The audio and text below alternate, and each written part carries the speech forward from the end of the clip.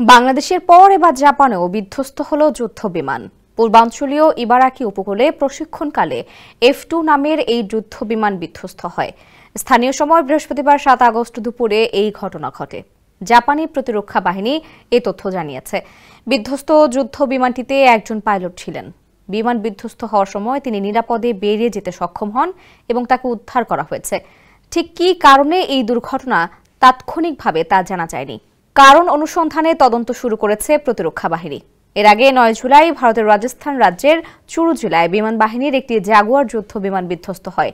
এর রেশ কাটতে না কাটতে 21 জুলাই বাংলাদেশের রাজধানী ঢাকার মাইলস্টোন স্কুল অ্যান্ড কলেজ ক্যাম্পাসে বিধ্বস্ত হয় যুদ্ধ বিমান F7। স্যান্ডেলিনা সো, রূপচর্চায় আভিজাত্য।